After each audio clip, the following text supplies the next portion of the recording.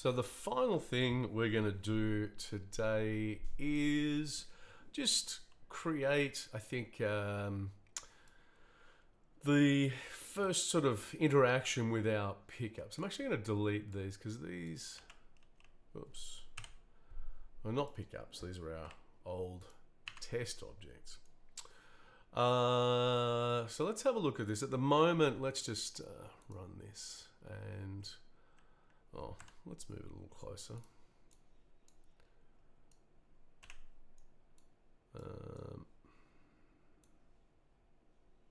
There we go. So at the moment, whoops, we come up to here and it tells, okay, I am a pickup. Well, fantastic. And then I hit interact and I'm just printing some stuff.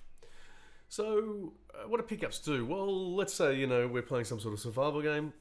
We're running around and we can pick up, you know, say health packs, water packs, food, what have you. So, and the thing that happens with that is that you go up to the object, you look at it, you hit the interact key, and you eat something or whatever, or you consume the pickup, and it does something for your character. So the first thing we want to do really is, well, and it disappears as well. That's the other problem. The first thing we'll do today is we will just make it disappear. And consume itself.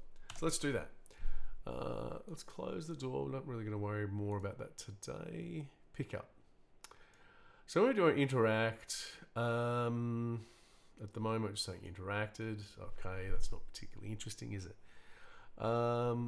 Let's just do some basics first. And well, what could we do? We could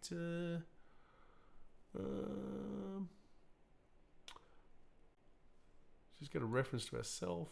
Oh, we can't do that, huh? Self.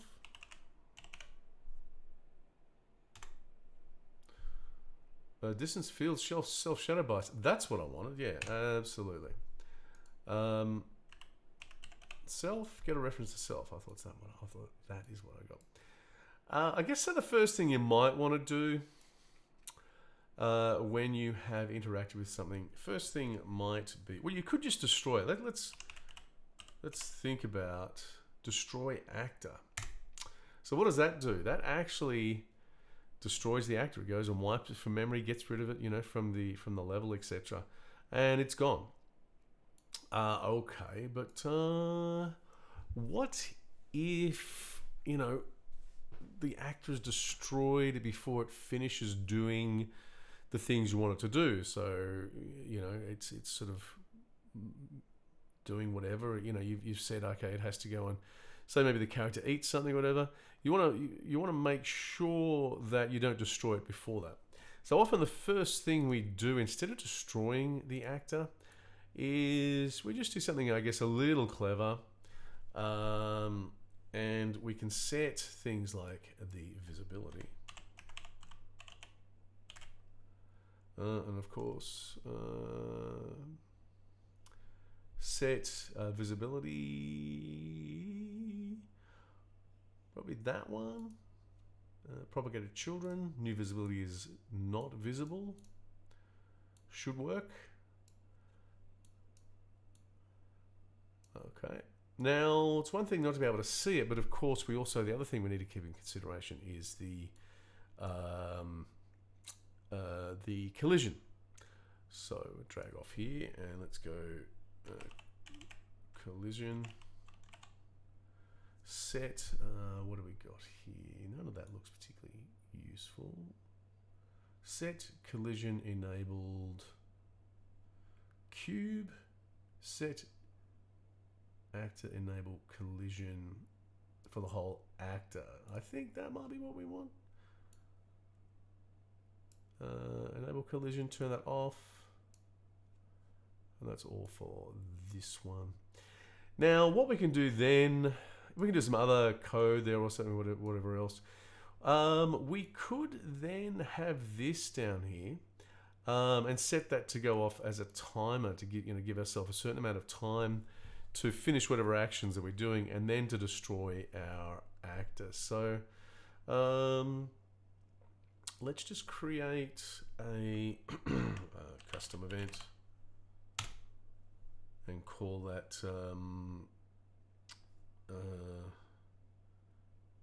what do we got? Destroy act. We don't call it that. We want to call it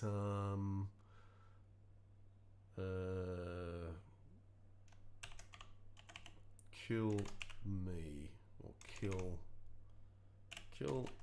actor. That'll do. And go like that, and that's going to call destroy actor. So what we're going to do is we're actually going to create a timer off here. Timer.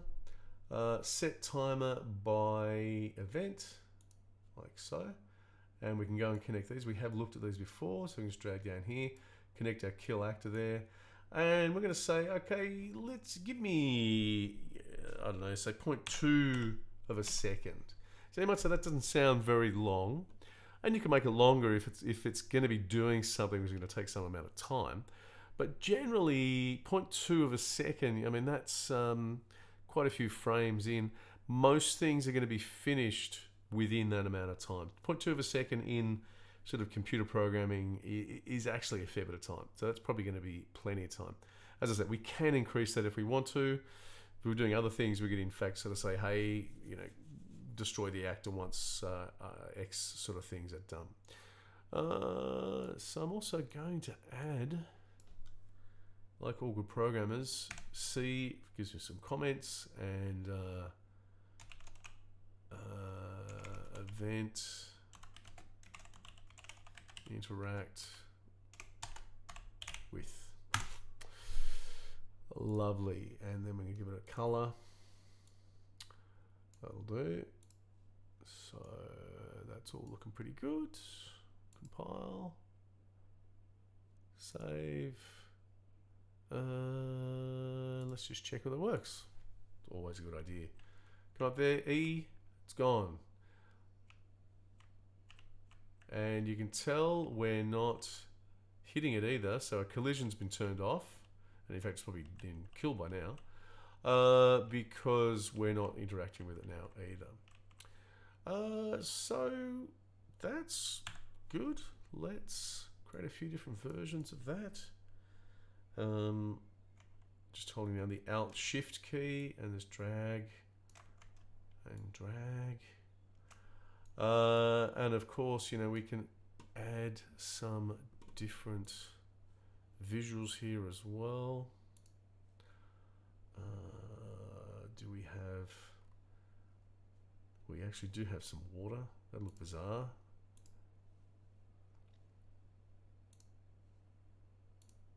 Lovely. That's our water. I don't think we have food or anything like that. What else do we have? Let's do that one.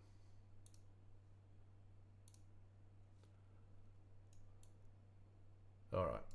So we've got 3 different cubes. We can change. So you know, we can say water. And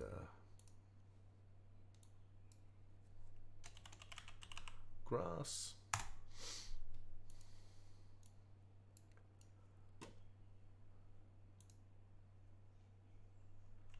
And now we can come through. We've got I'm a pickup, water, grass, and then we can interact. It disappears and it's been consumed, and like so.